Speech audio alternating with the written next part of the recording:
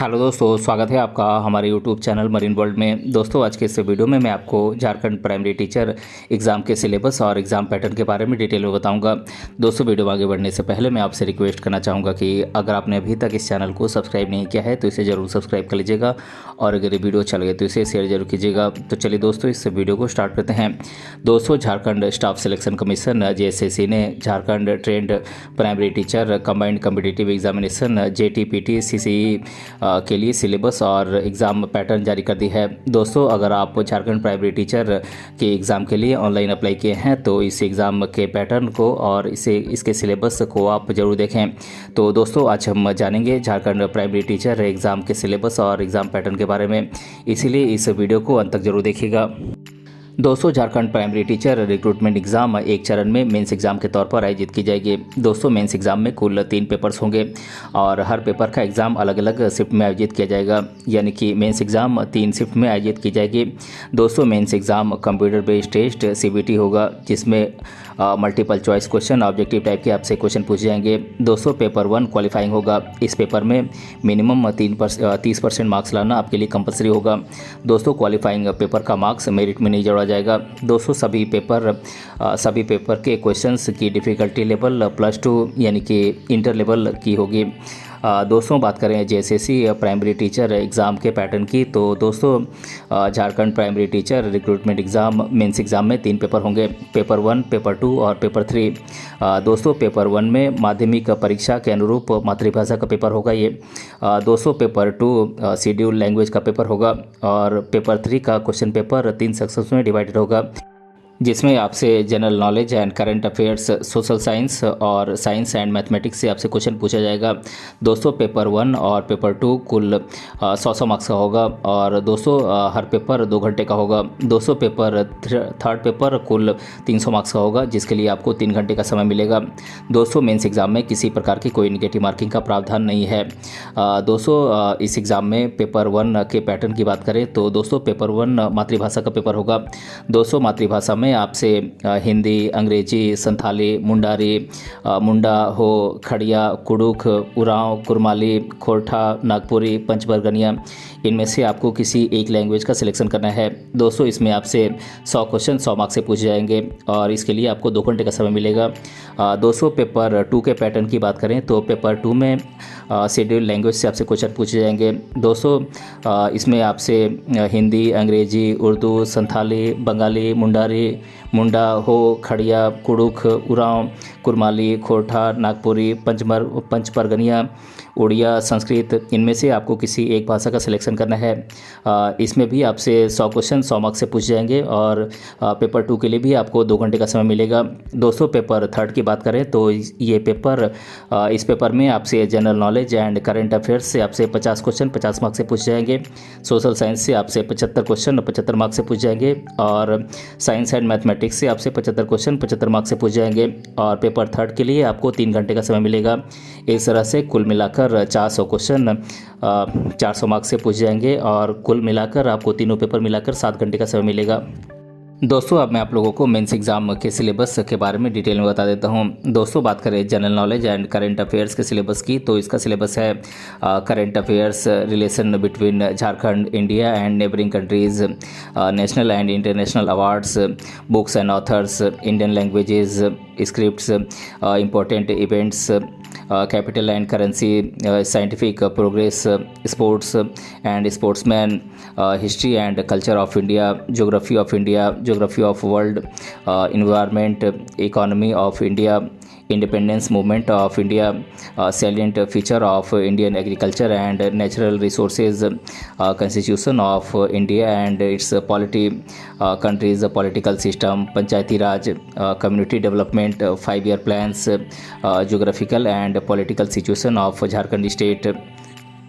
दोस्तों, general science के syllabus की बात करें तो दोस्तों इसके लिए आप क्लास 6 to 12 NCERT साइंस आप अच्छे से पढ़ लें और इसे आप अच्छे से रिवाइज कर लें।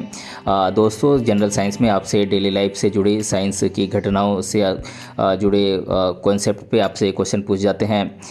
दोस्तों, जनरल मैथमेटिक्स में आपसे arithmetic, elementary algebra, geometry, general trigonometry और एरिया से आपसे क्वेश्चन पूछ जाते हैं। दोस्तों, बात करें मेंटल एबिलिटी के सिलेबस की, यानी यानी मेंटल एबिलिटी टेस्ट के सिलेबस की। तो इसका सिलेबस है analogy, similarities and differences, problem solving, analysis, visual memory, discrimination, observation, relationship concept, arithmetical reasoning, arithmetical number series और कोडिंग एंड डिकोडिंग।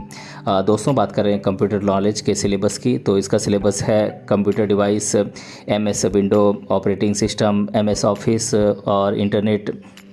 दोस्तों इसके अलावा आपसे झारखंड स्टेट से रिलेटेड झारखंड स्पेसिफिक क्वेश्चन आपसे पूछ जाएंगे।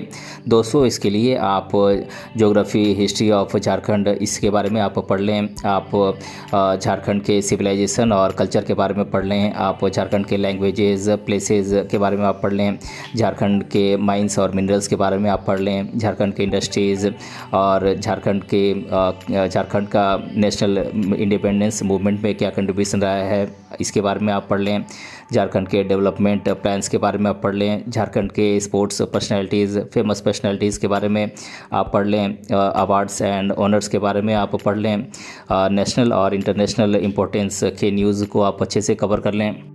दोस्तों बात करें JSCC प्राइमरी टीचर के एग्ज़ाम में पूछे जाने वाले शेड्यूल लैंग्वेज के सिलेबस की। तो दोस्तों मैं आपको इसमें हिंदी लैंग्वेज का सिलेबस बता देता हूं। दोस्तों इसमें आपसे हिंदी लैंग्वेज में आपसे काव्य खंड से क्वेश्चन पूछ जाएंगे, गद्य खंड में क्वेश्चन पूछ जाएंगे।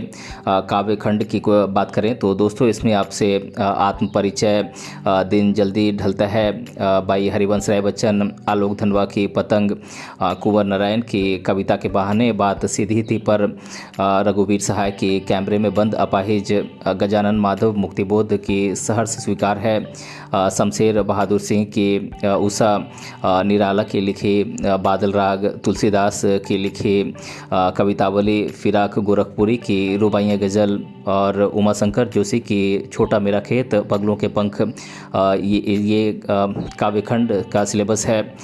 दोस्तों गद्य खंड का सिलेबस है महादेवी वर्मा की भक्तिन, जैनेन्द्र कुमार की बाजार दर्शन, धर्मवीर भारती की काले मेघा पानी दे, फणीश्वर नाथ रेणु की पहलवान की ढोलक, विष्णु खरे की चार्ली चैपलिन यानी हम सब, रजिया सजाद जहीर की नमक, हजारी प्रसाद द्विवेदी की सीरीज़ के फूल और धर्म विभाजन और जाति प्रथा मेरी कल्पना का आदर्श समाज बाई भीमराव अंबेडकर।